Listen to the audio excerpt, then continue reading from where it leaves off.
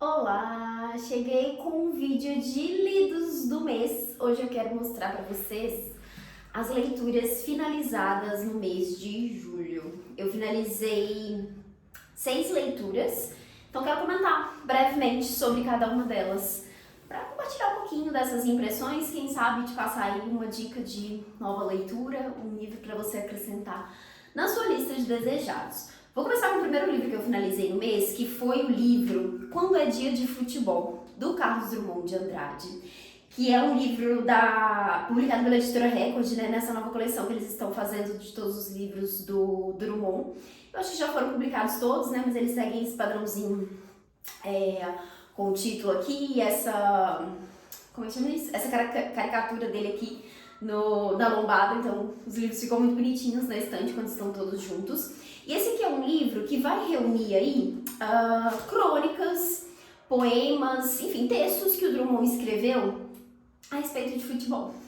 Então foram organizados aí pelo neto dele, né? E aí ele reúne aqui essas crônicas, esses textos, enfim, focados aí na Copa do Mundo, né? Então nas Copas que aconteceram de 1954 e 1986. Então ele fala um pouco sobre a participação do Brasil em cada um desses momentos. Tem textos aqui sobre esse sentimento de torcedor, essa empolgação com o futebol, né? Essa coisa muito brasileira também, né? De torcer, de se empolgar, de admirar um jogador, né? Então ele fala sobre isso em vários textos aqui.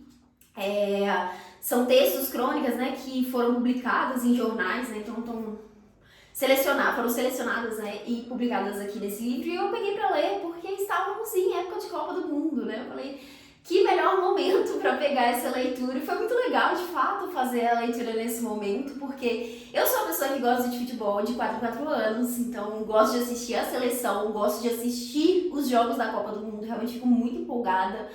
Então foi muito legal ler isso aqui porque eu consigo perceber muitas coisas, consigo entender melhor algumas coisas, mas eu acho muito bonito esse sentimento de torcedor, assim, essa empolgação que as pessoas têm com o futebol.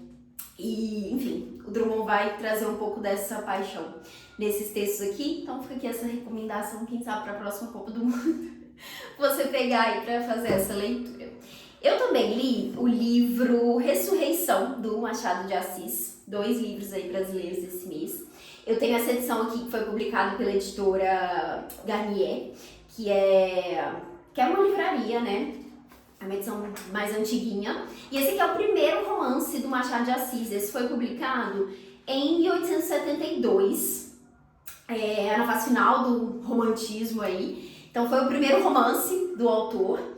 E eu até curti a leitura, assim, acho que não é uma história marcante nem nada do tipo, mas já dá pra ver aqui um pouco dessa construção que o Machado de Assis faz dos personagens. Lembrei muito do Bentinho como personagem principal dessa história. Aqui a gente tem, como que ele chama? O Félix, que é esse cara complexo, né, bem coerente, que, enfim, toma umas atitudes, faz umas escolhas que você fica, por quê, meu querido, por quê? Esses personagens, sabe?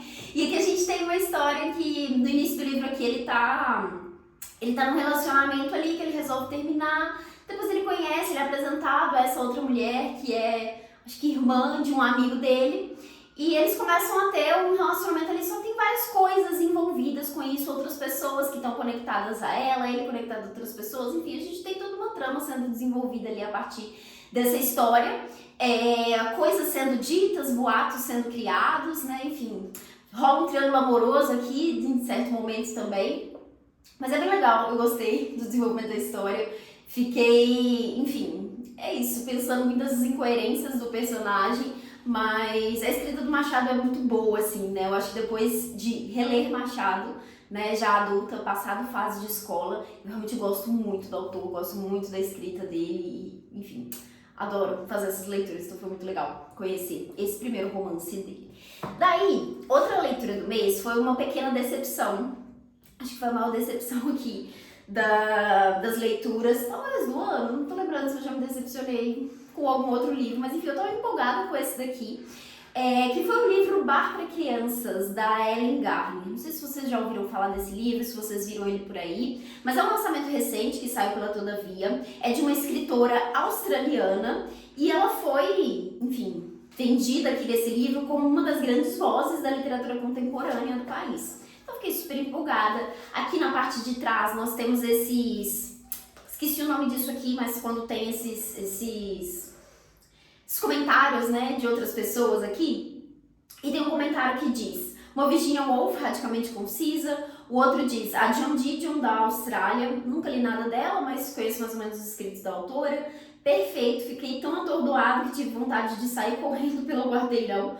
Um dos maiores romances do século XX. Então, toda essa empolgação aqui, né? E a premissa do livro parecia muitíssimo interessante.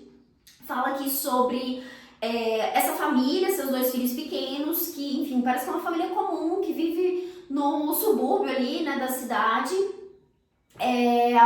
Aquela família que aparenta uma certa perfeição ali, né, na forma como se organiza, pelo menos essa é a impressão que passa no início do livro aqui. E aí tudo isso se desorganiza com a chegada de uma nova pessoa, de uma antiga amiga do Dexter, né, que é o pai ali da família, e a irmã dela. Então é a Elizabeth e a Vicky, que elas chegam no sentido de entrar nessa família de alguma forma ali, começam a fazer parte dessa família de um jeito que soa um pouco incoerente, assim, mas tudo bem, dá pra relevar essa parte. E a gente vê várias coisas acontecendo, assim, à medida que as ruas vão participando mais da vida deles ali, a gente vai percebendo mais detalhes, a gente vai entendendo um pouco mais ali sobre a construção dessa família. E assim, poderia ser uma história muito interessante, porque tem muitos aspectos legais aqui para se trabalhar, né, em relação à característica dos personagens. A mãe da família, por exemplo, é claramente aquela mãe que, enfim, assume o papel de mãe só, né, não vive outras coisas, e a gente vê ela criando essa ruptura ali em um momento do livro, mas isso não é trabalhado, sabe, não é aprofundado. Eu sinto que o livro só joga as coisas ali e não desenvolve, é tudo muito desconexo. É uma escrita diferente nesse sentido, é mais fragmentada, a autora ela pula de uma coisa para outra, ali, de uma cena para outra, muito rápido, sem muita explicação, as coisas só vão acontecendo, sabe? E eu acho que poderia ser melhor se a escrita dela fosse mais atrativa, assim, sabe? Porque eu acho que outros livros que eu li nesse formato, essa coisa mais fragmentada, mais rápida, mais ágil ali, que você precisa tirar as conclusões ali, né? Não tem tanto esse aprofundamento dos personagens. Acho que a escrita acaba se destacando, mas aqui não tem isso, sabe? A escrita não se destaca, você não se apega aos personagens, o desenvolvimento parece meio solto, incoerente. Então, assim, foi uma decepção esse livro. E eu fiquei o tempo todo lendo. Mas é um livro rápido, sabe? É aquele tipo de livro que você engole assim, você só vai virando as páginas. Mas acho que talvez seja a parte mais positiva do livro, que é um livro fácil de ler, assim. E eu fiquei o tempo todo passando as páginas esperando chegar no final que fosse entregar alguma coisa ali, que fosse, não sei, conectar tudo, não sei. E assim, tem um acontecimento ali no final, mas, de novo, sinto que é vago. Sinto que não entrega ali muita coisa, sabe? Então, infelizmente, foi uma decepção aí. Uma pena, que eu achei que seria legal ler um livro de uma autora australiana. Não tenho tanta referência de autores australianos. Isso também foi uma coisa que senti falta no livro, assim, essa coisa do... Sabe quando você lê um livro de um país diferente, você percebe muita coisa do país, né? Essa referência ali de lugares, de costumes, enfim, sabe? Você percebe algumas coisas. Aqui não passa essa impressão, aqui passa essa sensação de que você tá lendo um romance dos Estados Unidos, assim, até pelas coisas que são citadas, enfim, não tem muito a história situada nesse lugar, sabe? Se você não presta atenção nos lugares, ali poderia ser uma história que se passa em qualquer outro lugar. Então, assim, uma pena, foi uma decepção. Esse aqui foi o livro lido no clube de leitura da Livraria Genipapo e foi consenso, ninguém gostou muito do livro. Então, assim, foi um papo relativamente rápido, porque a gente não tinha muito para discutir sobre a leitura, a não ser ficar pontuando ali as coisas que não foram tão legais desse livro. Mas enfim, tá aí, foi lido. Acho que livros ruins, assim, né, essas experiências ruins que a gente tem, porque assim, pode ser que alguém lê esse livro e goste muito, porque é isso, ele foi super elogiado, é visto aí como um grande romance da literatura contemporânea na Austrália. Mas essas experiências são legais até pra gente perceber o que gosta, o que se destaca nas leituras. Eu acho que pra mim uma coisa que conta muito é o desenvolvimento dos personagens, esse aprofundamento, sabe? Essa sensação de que você tá envolvido ali na história. Quando isso tá faltando, eu acho que precisa ter outra coisa mais relevante como a escrita, por exemplo, né? Eu acho que tem escritas que, sabe aquela escrita que você fica admirado de pensar, meu Deus, como é que a pessoa conseguiu escrever, colocar aqui junto essas palavras para poder dizer isso, sabe? Que você fica com aquela sensação de, meu Deus, que impressionante. Então, enfim, eu acho que alguma coisa tem que se destacar ali. Eu gosto muito de livros que são bem escritos. Claro que não dá pra ter também, falhar em todo o resto, né? Não ter o desenvolvimento dos personagens, mas enfim, às vezes isso é o ponto principal do livro, de alguma forma, né? Mas nesse aqui, tudo deixou a desejar. Mas enfim, também li aí um dos livros recebidos da editora Unesp, que é a parceira do canal esse ano. Eu li o livro Falecido Mattia Pascal, que é do Luigi Pirandello, que é um escritor italiano, que é um escritor muito conhecido, aparentemente pelo teatro. Escreve bastante de teatro, mas esse aqui é um romance dele. Eu nunca tinha ouvido falar desse autor até ver ele ali nessa lista, até ver esse título aqui, né, na lista dos clássicos da Unesp. É uma das coisas que eu gosto bastante da coleção, assim, eu sinto que tem alguns clássicos ali que não são muito falados, alguns autores muito conhecidos, mas com obras ali que, pelo menos eu não conheço tanto. E eu acho que tem um pouco dessa coisa ali, né, de uns livros diferentes, uns clássicos diferentes para se conhecer. Então, é legal conhecer o catálogo da editora por isso. E esse livro aqui, eu adorei a leitura, foi super divertido ler esse livro. Ele foi traduzido pela Silvia Maximini Félix. E aqui a gente vai acompanhar a história desse cara, que é o Mattia Pascal, que ele vive aqui no começo. A gente tem um grande drama, vários sofrimentos na vida dele. Ele vive ali numa família que passa certas dificuldades, né? Já teve aí suas questões com grana. E ele tem a mãe, o irmão. Ele passa por uma situação bem confusa ali, que acaba se casando com uma mulher, que ele tem ali uma questão muito grande com a sogra. Então ele mora nessa casa com essa mulher, com essa sogra, vive vários dramas ali, várias questões, a mulher realmente é um pé no saco. E, enfim, o cara tá com várias questões ali, não vou dar muitos detalhes, porque eu acho que é legal essa parte, entender mais ali sobre a história dele, sobre o que vai acontecendo ali. Mas chega um ponto em que acontece uma grande tragédia na vida dele, assim, e ele resolve meio que fugir de casa. Não fugir de casa, ele só sai assim, vai jogar numa outra cidade, né? Resolve se parecer ali, fica um tempo ali e antes de resolver voltar pra casa, ele acaba descobrindo que ele está morto. Ele foi dado como morto na cidade dele. Aparentemente acharam uma pessoa ali que parecia muito com ele, acharam que era ele e, enfim, tá morto. E aí, ele, bom, de início fica um pouco chocado com isso e depois encontra ali, nessa questão, nessa notícia, uma grande oportunidade de mudar de vida. Então ele resolve assumir uma nova identidade e viajar, viver ali a vida de liberdade que ele sempre sonhou, que ele queria, que ele estava pensando, fugir ali, né, dessa esposa dele, dessa sogra que ele estava convivendo, enfim, fugir da vida que ele estava vivendo ali. E aí a gente vai ver ao longo do livro o que acontece disso, né? Ele passa um tempo ali sendo meio que nômade, né, viajando para vários lugares, mas aos poucos ele vai percebendo certas limitações, né, certas coisas que ele não pode fazer, como se conectar de fato com outras pessoas, né, porque, enfim, ele não tem uma identidade, ele cria toda uma narrativa ali, né, da história dele, da família dele, enfim, inventa um monte de coisa para quando as pessoas questionarem isso, ele ter respostas plausíveis ali, mas ele vai se sentindo muito sozinho. E aí, em determinado momento, ele resolve ficar de forma mais fixa em um lugar ali, começa a se envolver com outras pessoas e aí, claro, vamos desenvolver outros dramas aí, vamos ter outros sofrimentos, outros acontecimentos ali, enfim, o livro todo é narrado em primeira pessoa, então é o próprio Mattia Pascal, né, fazendo relembrando ali, né, tudo isso, o que aconteceu. E, enfim, me diverti bastante com a leitura, gostei das reflexões que são feitas aqui, né, a partir dessa questão toda da identidade, da convivência, dos relacionamentos, da solidão, enfim, todo esse ponto aqui foi muito bem trabalhado pelo autor. Eu lembro que no meio da leitura, assim, eu até fiz um vlog aqui, comentei um pouquinho sobre esse livro, eu fiquei pensando que eu queria muito que o final, o desfecho, tivesse uma boa coerência ali para explicar essa notícia ali no início, né, dele ser dado como morto, enfim, o que aconteceu, como assim, né? E aí no final do livro temos um um pós-fácil aqui, né? Não sei se tá como pós-fácil, mas um texto do autor que foi publicado um tempo depois, né, da primeira edição do livro, que é um autor justamente respondendo às críticas das pessoas a respeito dessa credibilidade, né, das coisas que acontecem. E aí o autor responde isso mostrando notícias, histórias reais, muito parecidas com o que aconteceu aqui. Então, assim, ele tenta trazer um pouco disso, a vida é absurda, né, em muitos momentos, então por que as pessoas estão questionando tanto a literatura, né?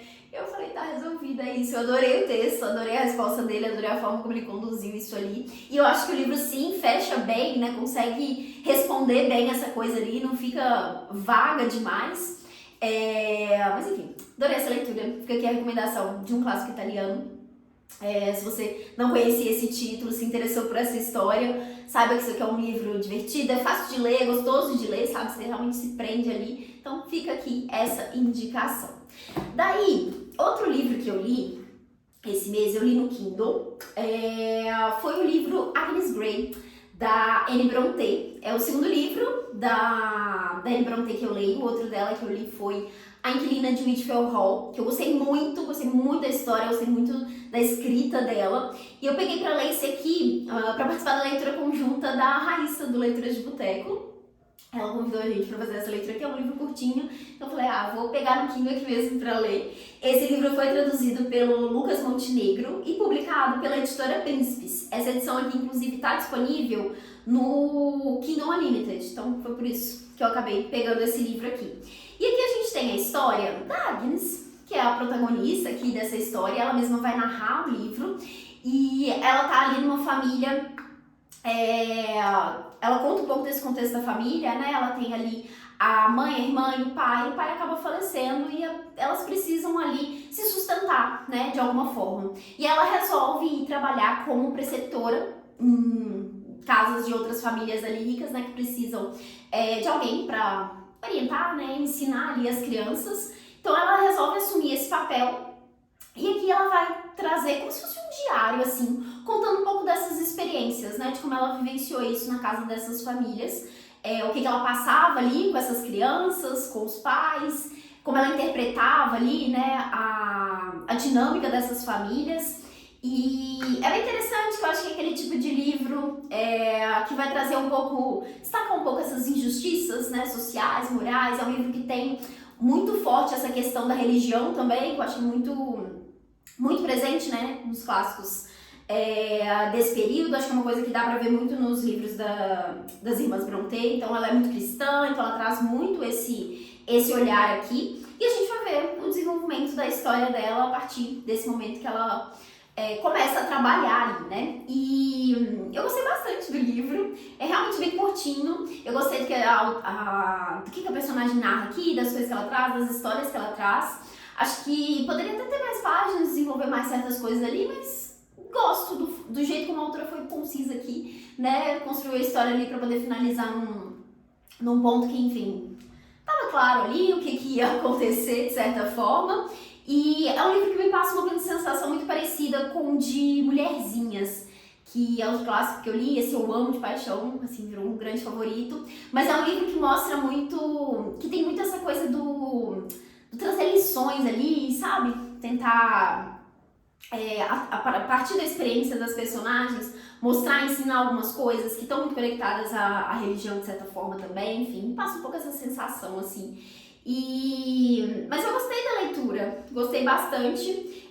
Depois, conversando lá no grupo, descobri que muita gente não gostou muito da protagonista, acharam a Agnes um pouco chata, mas não foi a impressão que eu tive. Acho que não é uma protagonista incrível, nem nada do tipo, mas achei ela interessante. Acho que é uma menina simples, assim, motivada. Eu gosto muito da forma como a autora constrói essa motivação dela. Acho que por ser narrada em primeira pessoa, tem vários pontos ali que a gente pode ficar, enfim, reflexivo, né, sobre as interpretações que ela faz, mas ao mesmo tempo gostei bastante do desenvolvimento da autora e fico sempre impressionada de pensar que 3 irmãs saíram tão talentosas, né, 3 escritoras maravilhosas, né, que é a Emily Brontë e Charlotte Brontë. Todas são maravilhosas. Agora eu de fato li um livro de todas elas e assim, incríveis, né? Adoro. E para finalizar o mês, eu li um livro infantil, que foi o livro A Alma Perdida, da escritora Olga Tokarczuk, que é aí a vencedora do Nobel. Eu peguei esse aqui para ler justamente para ter mais uma leitura aí, para compartilhar no livro sobre a autora, né, que estou fazendo esse projeto de ler todas as mulheres do Nobel. Eu falo isso em todos os vídeos quase, né, gente? Mas esse livro aqui saiu pela Todavia. Ele tem ilustrações da Joana Concejo e são ilustrações belíssimas. Eu amei as ilustrações. E esse livro tem tradução do Gabriel Borowski. E aqui a gente tem a história, é uma história super rapidinha, né? Temos poucas páginas com texto aqui, tem as ilustrações todas aqui, que parece uma coisa meio lápis, assim. Eu achei lindo, lindo, lindo. Tem um tom de envelhecido, né? Muito bonito. E a história desse homem que ele perde a alma dele. E aí a gente tem aqui essa resolução, né, do que ele faz ali para encontrar a alma. Acho que é um livro que vai falar bastante sobre... se conecta muito com os tempos que a gente vive hoje, né, dessa coisa apressada, dessa produtividade gigantesca que a gente precisa ter o tempo todo com tudo, né? Enfim, tudo é muito apressado, né? E aí a alma fica para trás, justamente por isso, porque ela já não tá mais conseguindo acompanhar tudo isso, né? Então é um livro que vai refletir um pouco sobre isso. E gostei bastante.